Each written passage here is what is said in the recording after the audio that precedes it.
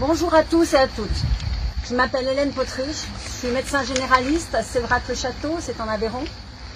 Et j'ai décidé aujourd'hui de faire cette vidéo pour vous faire part de toute ma colère, aussi bien en tant que médecin qu'en tant que citoyenne.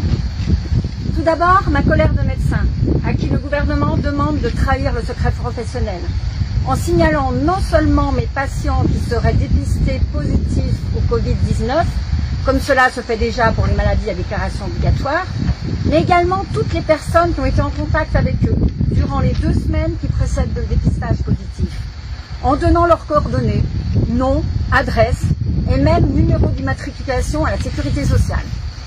Tout cela pour leur envoyer une brigade sanitaire, appelée pompeusement ange gardien.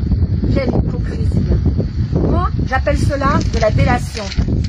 Et comme le gouvernement sait très bien qu'il ne peut pas nous obliger à le faire, eh bien il nous paye pour chaque signalement. J'appelle cela de la tentative de corruption. Moi, je refuse de faire tout signalement. Notre médecin traitant, comme moi, on est tout à fait capable de vous soigner, de vous donner les conseils nécessaires, de s'occuper également de votre entourage et des personnes contacts qui le désireraient.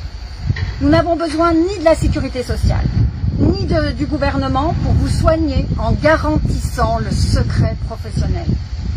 Votre état de santé ne regarde personne. D'autre part, on nous a interdit de prescrire l'hydroxychloroquine, sous peine de radiation par le Conseil de l'Ordre. C'est un abus de pouvoir, c'est une perte de liberté. J'exerce depuis une 30aine d'années.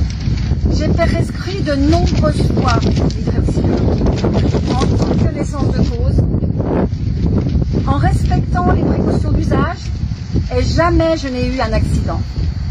Je réclame donc ma liberté de prescription, d'autant que ce médicament aurait pu probablement sauver des vies. Je dénonce également l'incompétence de l'État et sa violence envers le personnel soignant, qui n'a toujours pas le matériel adéquat pour vous soigner. J'accuse donc le gouvernement de crimes contre son peuple et d'abus de pouvoir.